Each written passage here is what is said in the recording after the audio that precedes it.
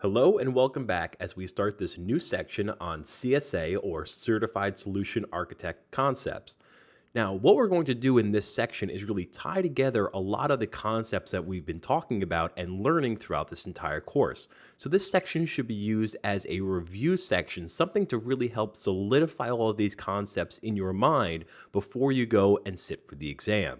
So for this particular section, we're going to jump into the appendix and then click on CSA concepts. So over the course of the next set of videos, we're going to work through all of these various sections and just talk theoretically about a lot of the different concepts that you really need to understand in order to be a good solutions architect in AWS, as well as do well when you're sitting for the exam.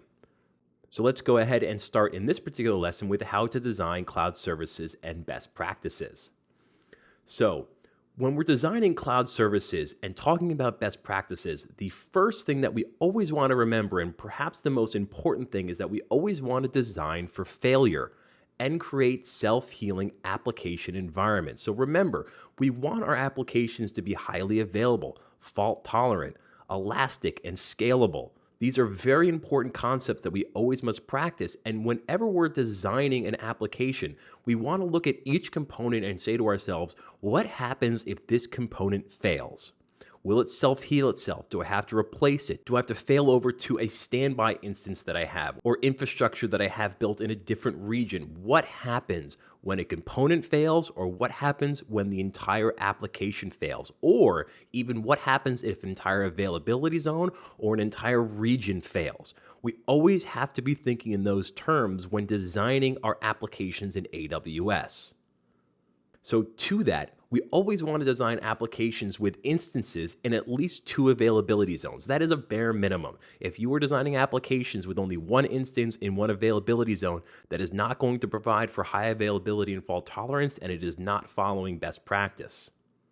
Also, it is really important that you guarantee that you have reserved capacity in the event of an emergency by purchasing reserved instances in a designated recovery availability zone. Because we have to remember that AWS does not guarantee on-demand instance capacity in any particular availability zone. Now, it may be rare to have that capacity maxed out, but it can happen, especially if an entire availability zone or region were to go down and everyone is going to rush to migrate their infrastructure to a different availability zone or to a different region. It may overrun that particular region or availability zone. So if you have purchased reserved instances set aside in a different availability zone or in a different region, you're guaranteed to have that capacity waiting for you if and when you need it.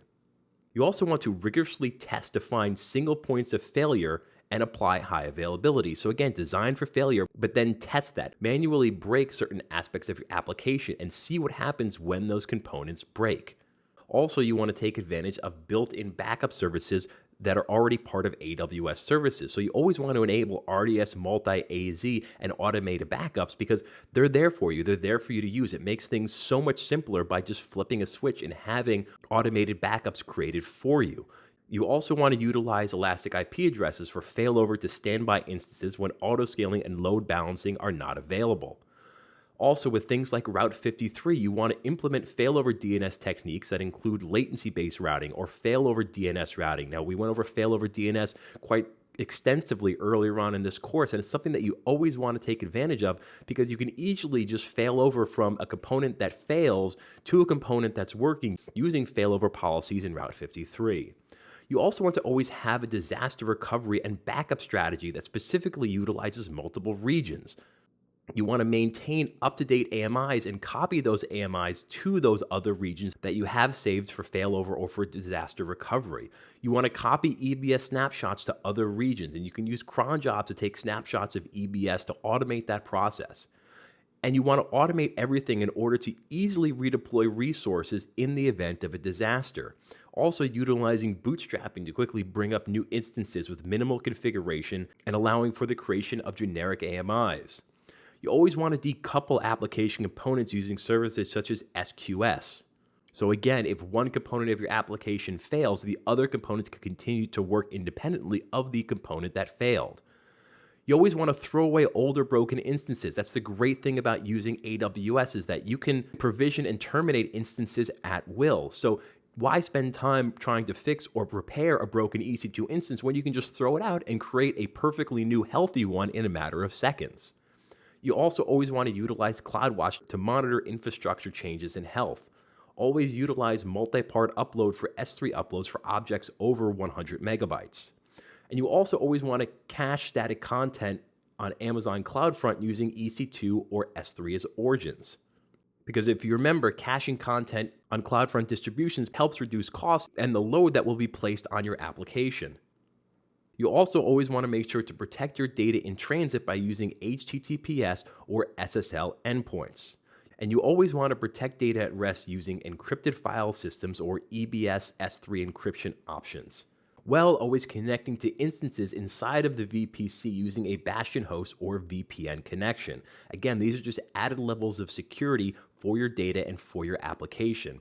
And lastly, use IAM roles on EC2 instances instead of using API keys. And remember to never store API keys on an AMI. That's very important. So that's just a quick summary of really some best practices to follow when designing cloud services. And you really need to understand these fundamental concepts to be a good solution architect in an AWS environment and also to do well on the exam. So make sure that you really review this list and understand these concepts. And if you don't understand any one of these particular concepts, go back and watch the specific videos that cover any of the topics that you may feel weak on that we covered throughout this course. And with that, we will conclude this lesson. Thank you for watching. You may now move on.